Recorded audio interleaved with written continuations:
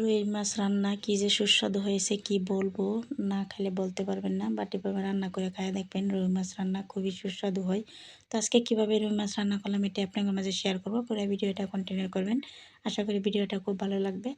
তো দেখেন রুই মাছটা হাতে নিয়ে নিছি, মাছটা এবার কেটে নিব। তো এই যে দেখেন মাছটা অলরেডি নিয়ে নিলাম। বিসমিল্লাহির রহমানির রহিম। মাছটা যে কাটা শুরু করে দিলাম। তো দাওটা অল্প বোতা, কাটতে পারছি না। দেখেন কি করছি তবুও কাটতে পারছি না। দাওটা চেঞ্জ করে নিতে লাগবে, তারপরে কাটতে পারবো। দেখেন দাওটা চেঞ্জ করে নিলাম। হ্যালো এভরিওয়ান, আসসালামু আলাইকুম। আপনারা কেমন আছেন? আশা করি সবাই ভালো আছেন। বাট আলহামদুলিল্লাহ আমি আপনাদের দোয়া ভালো আছি। চলে আসলাম আমি Neha, welcome to my new রান্না বান্না ব্লগ। তো দেখেন মাছটা যে প্রায় কাটা ফেলছি।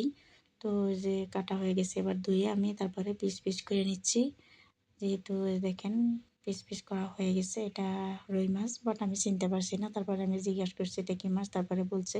তো দেখেন মাছটাকে আমি লবণ মাখায়া 20 মিনিটের জন্য রেখে দেব। তো 20 মিনিট পরে মাছটা ভালো করে ধুয়ে নিব। তো দেখেন ভালো করে গরম পানি দিয়ে মাছটা ধোয়া কমপ্লিট হয়ে গেছে। দেখেন কি সুন্দর হয়েছে ধোয়াটা।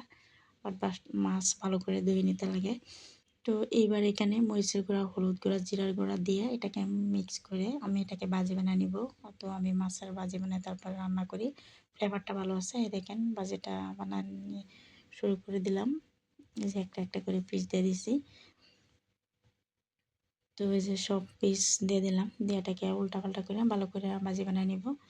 যেহেতু মাছটা ভাজি বানিয়ে রান্না করলে ফ্লেভারটা খুবই ভালো আসে। তো আমি মাছ ভাজি বানিয়ে তারপর রান্না করি, এভাবে রান্না করি না। বাট আমার কাছে ভাজি বানিয়ে মাছ রান্না করলে খুবই ভালো লাগে। দেখেন ভাজিটা পারফেক্ট হয়ে গেছে। এবার রান্নাটা বসাই দিব। দেখেন এখানে পটল নিয়ে নিলাম। পটল দিয়ে বানাবো মাছের ঝোল, রুই মাছের ঝোল। তো সেই জন্য পটল নিয়ে নিলাম। পটল সবজিটাও খুবই ভালো লাগে আমার কাছে। তো এখানে রান্না বসাই দিলাম। বিসমিল্লাহির রহমানির রহিম। দেখেন পটলটা তেলও ভেজে নিব। তো তেলও ভেজে নিলে পটলটা ফ্লেভারটা ভালো আসে। দেখেন ভাজা প্রায় হয়ে গেছে। তো এবার এই পটলটা আমি উঠাই নিব। এই পটলটা ভাজি করে রান্না করলে ফ্লেভারটা ভালো আসে। আমি ভাজি করে রান্না করি, বাট আমি এভাবে কাঁচা রান্না করি না। দেখেন পটলটা আমি উঠাই নিলাম।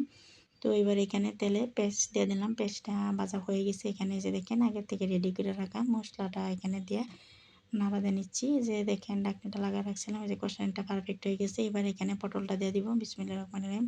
পটলটা দিয়ে উল্টা পাল্টা করে নাড়া দিয়ে এটা মশলাটা পটল লাগায়া নিলাম। তারপরে দেখেন পরিমাণ মতো পানি অ্যাড করে দিলাম। তো এখানে ঝোলটায় দেখেন এভাবে ঝোলটা দিলাম পরিমাণ মতো, দিয়ে এটাকে ঢাকনি লাগাই দিলাম। এই যে রান্নাটা ফুটে আসছে। বাট এখানে মাছের ভাজিটা দিয়ে দিব। এই যে দেখেন মাছের ভাজিটা দিয়ে এটাকে উল্টা পাল্টা করে নাড়া দেয়া ঢাকনিটা লাগাই দিব আরও ফুটে আসার জন্য। তো যে ঢাকনিটা খুলে দেখলাম রান্নাটা প্রায় পারফেক্ট হওয়ার মতো হয়ে গেছে। তো এবার চুলাটা আমি অফ করে নেব। তো দেখেন আমি চুলাটা অফ করে নিলাম। রান্নাটা ফাইনালি হয়ে গেছে। দেখেন রান্নাটা পারফেক্ট হয়ে গেছে। রান্নাটা কি সুন্দর হয়েছে। তো এইভাবে পটল দিয়ে রুই মাছের ঝোল রান্না করে খায় দেখবেন, খুবই সুস্বাদু হয়, খুবই টেস্টি হয়। এই রান্নাটা খাওয়া খুবই ভালো লাগে। তো রান্নাটা অলরেডি কমপ্লিট হয়ে গেছে। তো দেখেন রান্নাটার কালার। তো কে কে পটল দিয়ে রুই মাছের ঝোল পছন্দ করেন অবশ্যই বলে দিবেন। তো ভিডিওটা কেমন লাগছে, যদি ভালো লাগে লাইক কমেন্ট শেয়ার করবেন। আর ইউটিউবেতে দেখে থাকলে অবশ্যই সাবস্ক্রাইব করে সাথে থাকবেন। ফেসবুকেতে দেখে থাকলে ফলো করবেন। ভিডিওটা এখানে শেষ করলাম। আপনারা সবাই ভালো থাকবেন, সুস্থ থাকবেন। নেক্সট ভিডিওতে দেখা হবে। Thanks for watching my video. আসসালামু আলাইকুম, আল্লাহ হাফেজ।